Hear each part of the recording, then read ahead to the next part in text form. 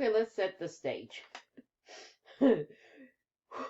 We have a constitutional convention that was convened specifically to get rid of the Reconstruction Amendment, the Reconstruction Constitution of 1869. Every provision and all the results of what happened during the Reconstruction period, where many people felt as if their rights had been trampled on, they had been scared, the state was in debt. They felt like E.J. Davis had run things into the ground. E.J. Davis had, in their estimation, unlimited power, and they were working really hard to dial back what they saw as abuses. Now, there were some Republicans at the convention. In fact, there were some African Americans that were still in elected office, that were at the Constitutional Convention of 1875. But the largest percentage of the people that were there were Democrats, and they weren't just garden variety Democrats. They were members of a faction called the Grange. Now, the Grange were they were populists.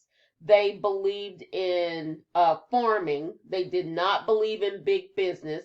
They did not believe in heavy spending, and they had run some of their candidates under a platform of retrenchment, reform and retrenchment, meaning we're going to fix things, we're going to get them back, whip them back into shape. So you can see it through just about every provision in that Constitution a reaction to what they had been forced to do or what E.J. Davis had done. So first thing that they did, they stripped the salaries of government officials. The salaries were considerably lower, and they stripped the governor of much of power. They also put limits on property taxes. They limited legislative sessions, went back to every other year, and they strengthened local government. They were trying to take some of that power away from state governments, so they put a lot of responsibility on local governments, primarily counties. And this is still the structure of the Texas Constitution and Texas government. Our governor doesn't get to appoint very many people. Our legislators make today $7,200 a year, $600 a month. They cannot set their own salary. They cannot vote to raise their salary. That has to go out to the people. They have to meet in odd numbered years, starting the second Monday in January, and the session can only last 140 days. These are all provisions that were originally listed in that 1876 Constitution that are still in place today. So we can thank E.J. Davis. Everything is E.J. Davis's fault. So the Texas Constitution today, we've had a couple of more constitutional conventions, but we have not had a new constitution since 1875. Now, what they came up with was a reactionary document. They just kept writing and writing and writing. And it's nearly 90,000 words in length. There are some states that have longer constitutions.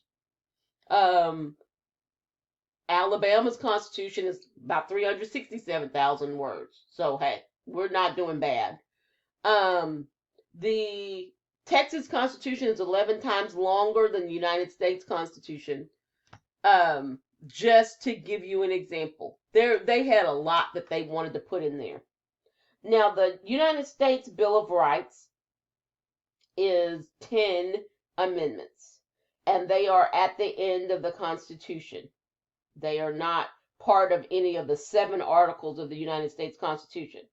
The Texas Bill of Rights started out with 30, and it is Article 1 of the Texas Constitution.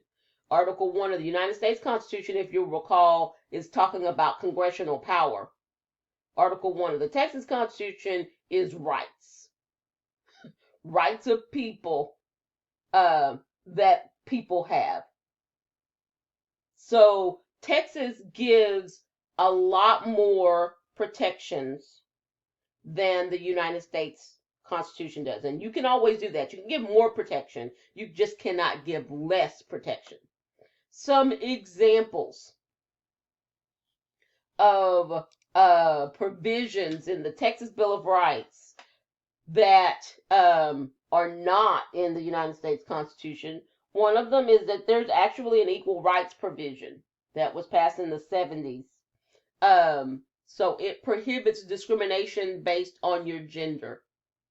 We have in the Texas Bill of Rights a provision that guarantees victims the right to, among other things, know where their accused is, know if there's going to be a settlement, know if the accused gets convicted, when they're going to be out of, when they are going to have parole hearings, when they're going to be let out, and make a decision about whether or not they feel comfortable with any settlement or plea bargain that is made with someone that is convicted.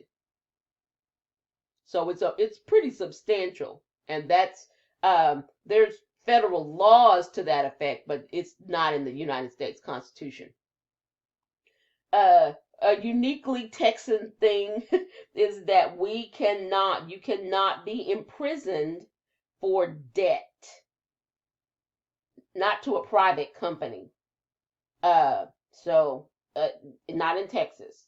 So sometimes bill collectors try to get cute, or they just don't know the laws, and they'll tell you that you're going to be convicted, or you'll get a letter that says that you're in danger. No, you're not. You live in Texas, so no, no, you're not. Now, that does not include if you owe child support, which is collected by the state or is monitored by the state. You can, if that debt gets too big, go to jail for that. If you have not paid income tax to the United States government for an extended period of time, they have the right to charge you and convict you and put you in federal prison. But in general, general debt, you cannot be put in prison for. It's a violation of the Texas Constitution.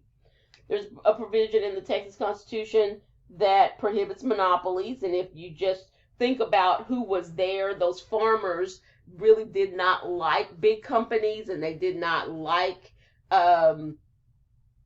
the thought of a company being able to take over a whole industry and destroy competition. So there's a prohibition against monopolies in the Texas Constitution.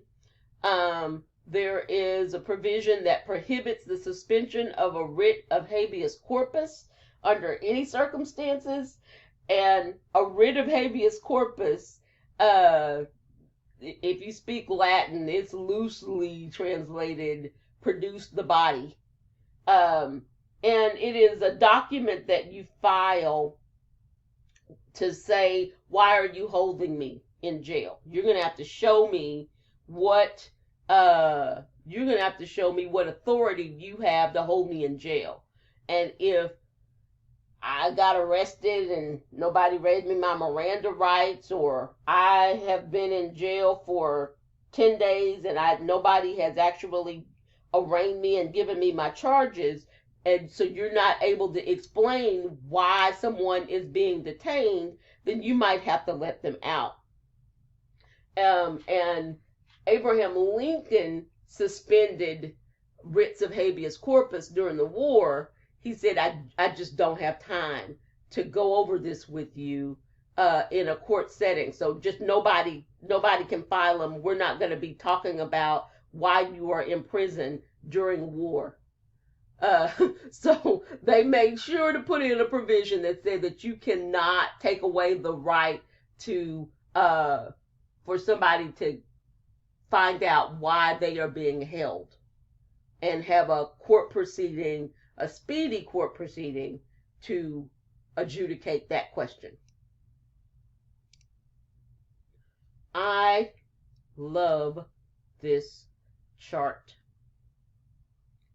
because it compares the United States Constitution to the Texas Constitution. And really, it talks about civil liberties. And so you will notice that on the right side, when we are looking at the United States Constitution, this is talking about amendments. The First and the 14th Amendment, the Second and the 14th Amendment, right to bear arms. And so it's telling you which provision in the Constitution of the United States grants these rights, and then it compares it to the Texas Constitution, where you will find the grant of these rights in Article 1. So this, I think, is very, very useful in getting a feel for the Texas Constitution, because there are a lot of things in the Texas Constitution that are similar to the United States Constitution, but then we have those extras. We also have in our Bill of Rights the right to hunt and fish. We have in our Constitution that cannot gamble for any reason. And then they decided that they were going to add the Texas lottery. So they amended the Constitution to say, except the Texas lottery. And then a few years later, they decided that they wanted to have pari-mutuel betting. So the way the Texas Constitution reads now is gambling is not allowed for any circumstances except the Texas lottery and pari-mutuel betting, which is betting on horses at horse races. And there's 2 locations in the state of Texas. You can't do it remotely. You have to physically be there to be able to participate. But those are exceptions. So there are some other similarities between the Texas Constitution and the United States Constitution. Both have 3 branches of government, have separation of powers, where different branches of government are given different powers. There is also in the Texas Constitution a system of checks and balances. A governor can veto any bills that come from the Texas House and Senate. The members of the Senate, the House and Senate, have the sole authority to remove officials from office, like a governor or a member of the cabinet, through the impeachment and conviction provision. The Senate gets to confirm anybody that the governor gets to appoint, and the governor does not get to appoint very many people. Most of the people that serve in key positions in Texas state government are elected separately from the governor. But if there are people that the governor gets to appoint, then those people have to be affirmed by the Senate. The legislative branch in Texas is smaller than the United States. The United States has 535 members. The Texas legislature has 181. 31 in the Senate, and 150 members of the House of Representatives. Senators are elected to 4-year terms, and the members of the House of Representatives are elected to 2-year terms. Remember, I told you that their salary is very low. They make $7,200 a year, $600 a month.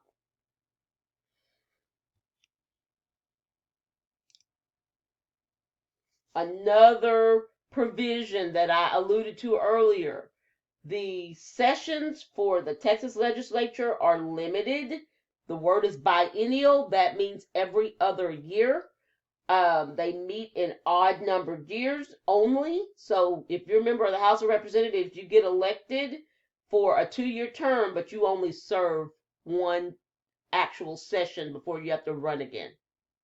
The terms are limited to 140 days. They cannot go longer. The session is over in 140 days, whether or not you're finished. There is a provision for a special session, but only the governor can call a special session. The governor also gets to set the agenda or the subject matter of the special session. So the members of the legislature can't go, oh, we didn't finish, we need a special session. They can go ask the governor, and if they're on good terms with the governor will grant it. But for the most part, you're not making but $7,200 a year. You're ready to get out of there. The Texas Constitution has a lot of details. It is not like the United States Constitution, where it is just instructions. This is the structure, this is what you can do. Then they move on to the next one. This is the structure, this is what you can do. In Texas, there's a whole bunch of you must do this, you have to do this like this, you cannot do this. And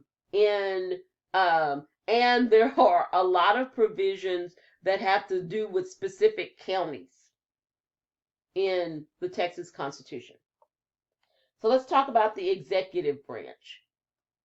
We have one governor that heads technically the executive branch, but the lieutenant governor, the comptroller that's in charge of money, the attorney general, the state's attorney, are all elected separately. So those people in those very powerful positions are not dependent on the governor for their jobs. So the governor doesn't have, like the president, people that he put in place, or people that he can fire. And I say we've actually had 2 female governors in Texas. But they cannot take someone out if they don't like the job they're doing, because they did not give them their job in the first place.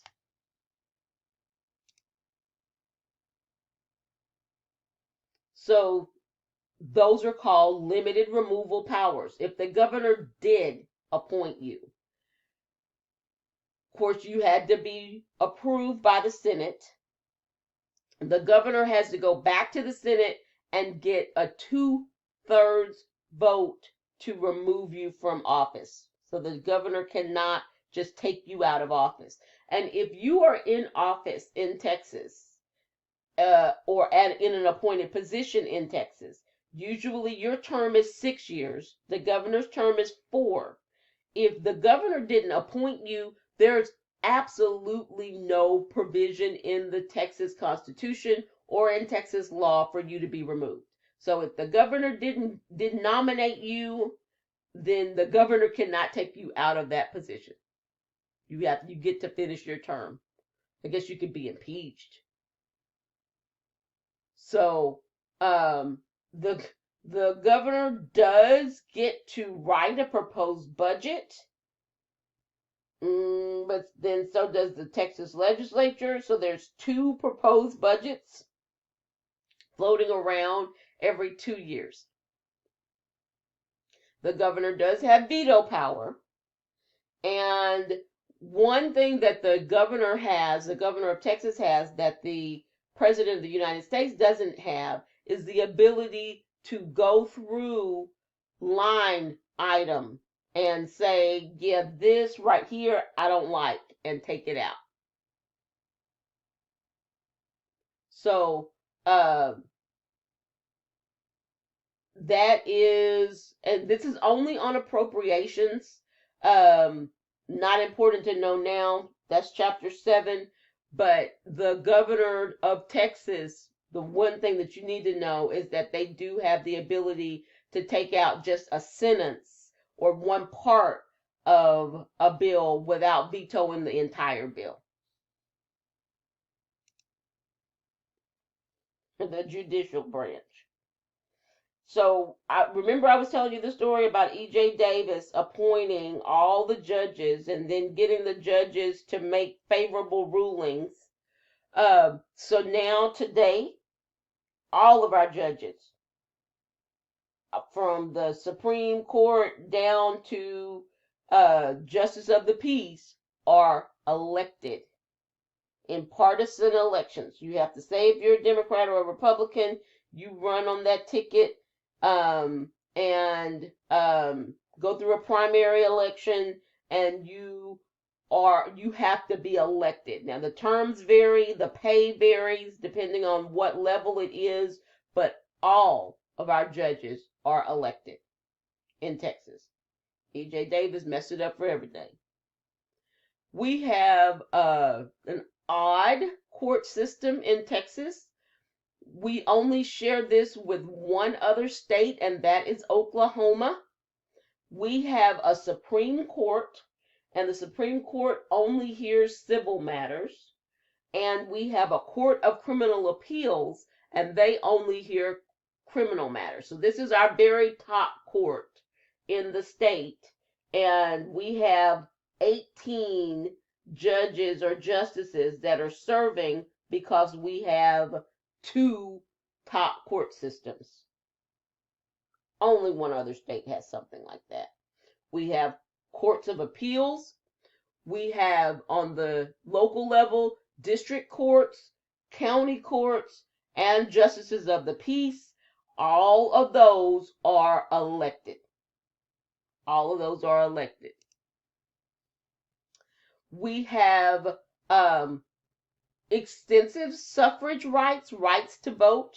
Basically, in Texas, you can vote if you are over 18, you are a citizen, and you have not been adjudicated. There's not a piece of paper written down where a judge says that you are not mentally competent to vote. There's very few people that fall into that category. In Texas, it used to be that you had to wait 2 years if you had been convicted, or you were out on parole. If you were still under supervision, you couldn't vote. But the law used to say that you were able to retain or regain your voting rights 2 years after you had completely finished your sentence. But the last time that I looked at it, it said once you finish your sentence, you are eligible. You just have to go and apply. So I don't see the 2-year waiting period anymore. We don't have initiatives or referendums. We don't have recall elections in our state. That is not to say that people don't have any power. But on the state level, if there is something that everybody is going to vote on, it has to come out of the legislature. So Texas does not have direct democracy provisions. There are lots of states that do. Lots of states that do. I remember years ago, California had a recall election for their governor. But Texas does not have provisions for that. Our Constitution, this is some of the most socialist stuff that you will see, but it has persisted in our state. So we still have state funding for schools. All of our school districts, however, are independent school districts. So they are not run by the state, they are regulated by the state, and they receive funding from the state, but it is not 100% of their funding. They also are able to get money from property taxes. Well, there are some school districts that don't get to collect a lot in property taxes because property taxes are based on the value of property that you own. So what if you are a school district that doesn't have a lot of people that own property, or the property values are low? That means that you are not collecting as much money as, say, a Mansfield or a Southlake independent school district is. So in Texas, those school districts that were money poor were basically saying, this really isn't fair. You should give us more money from the state. You should increase the funding to those school districts that are not collecting that much in property taxes.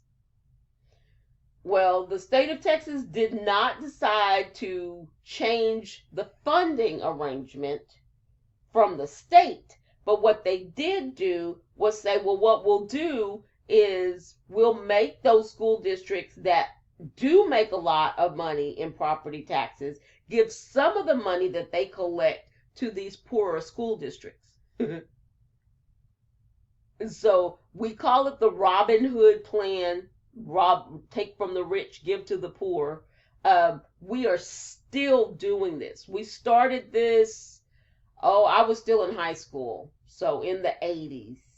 And it was defended right after I graduated. They said, yep, it's fine.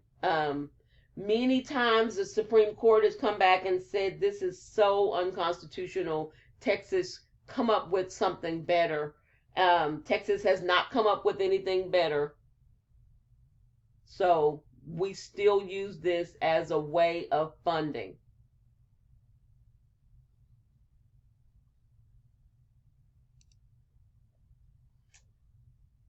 In Texas, local governments have a lot of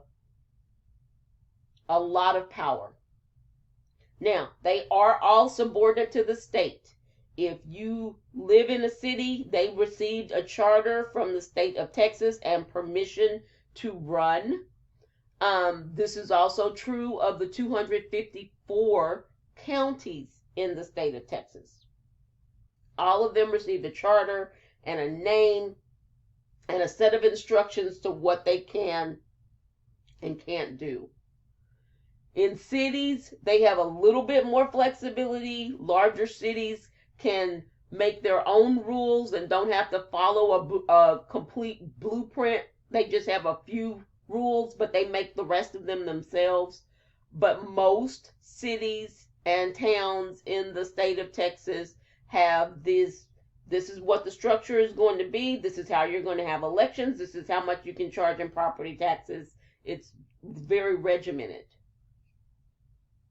And then we have special districts. Tarrant County College, if you ever look at the email address, it says TCCD. That stands for Tarrant County College District. So we are a special district. The Tarrant County College collects taxes, has elected board members, and makes decisions for itself as a political entity that's separate from anything else. It's separate from Tarrant County. It's separate from Fort Worth and Hearst and Arlington. It is a governmental entity that is completely self-contained. And those are called special districts. Now, let's talk about this amendment process. In Texas, the people get to vote on all the amendments. Now, remember I told you that people can't propose amendments. The only people that can propose amendments are members of the Texas Congress. The requirement is that whatever the proposed provision is, 2/3 of both the House and Senate have to approve it. So that's 21 senators and 100 representatives have to approve the provision. Once that happens, once they have that vote and it has received a 2/3 vote, it goes out onto a ballot. And the people of Texas get to vote on any changes. So the people of Texas approve the Texas lottery. The people of Texas approve the parimutuel betting. And then we have some very interesting provisions in our Texas Constitution that are still there. One of them was a constitutional amendment that said that Texas was not going to recognize the marriage of two people that are the same gender, and would not, no, even if they were legally married in another state, Texas was not going to recognize it. And that was a constitutional amendment in the state of Texas, approved overwhelmingly, I might add, by the people that voted. So 1,145 amendments have been proposed. Usually, when those amendments go on the ballot, they are not publicized, and voter turnout is very low for constitutional amendments. And usually, sometimes they put them on the ballot with everything else. We still have long ballots in the state of Texas.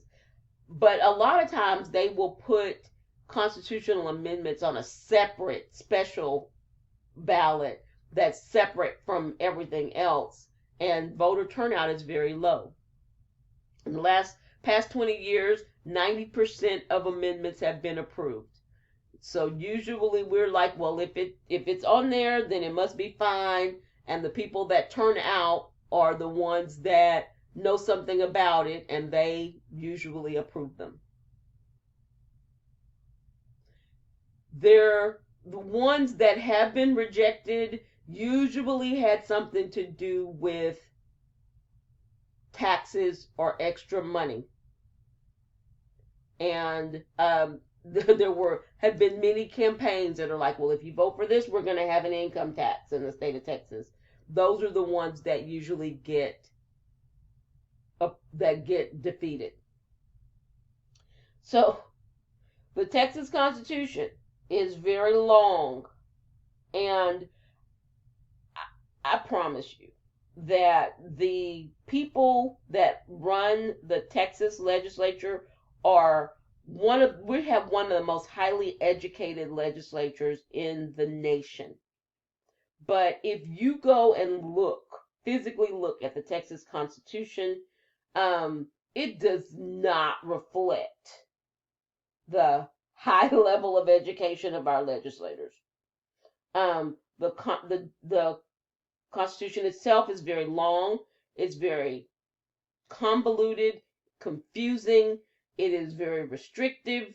There are provisions that are just blank. There's sections that have an A, B, and a D. There's whole articles that are like this section is intentionally left blank because they took something out, but they didn't go back and renumber. It just there was a constitutional convention in the 70s, and they actually drafted something, but they failed to adopt the new provisions, this new constitution that would have cleaned a lot of stuff up. It would have taken out the blank spaces, but it also had some provisions in that were scaring unions, and that made people think that we might have property taxes. And so the Texas legislature just took the document that they had been working on, approved it, and put it out for the people of Texas to vote on. But the people of Texas were at that point very scared that they might be forced to be in unions or that they might have to pay property taxes. And so that got defeated. There was another convention. Well, there was another attempt. Janelle Ratliff uh, went through just with a fine tooth comb and said, let's just clean this up. But for the most part, people said, nah. And so that didn't happen either. So, and that was in 1975. So we are left with this cumbersome, hard to read document that talks about hospital districts in Hidalgo County are now going to have this structure. It has provisions about not taking away our right to hunt and fish. It has provisions that have now been declared unconstitutional, but we didn't take them out. And the attempts to fix it have just over and over again been met with failure. So we have what we have in the state of Texas. We operate from it, and it is what it is. But hey, at least you can't be in prison for debt.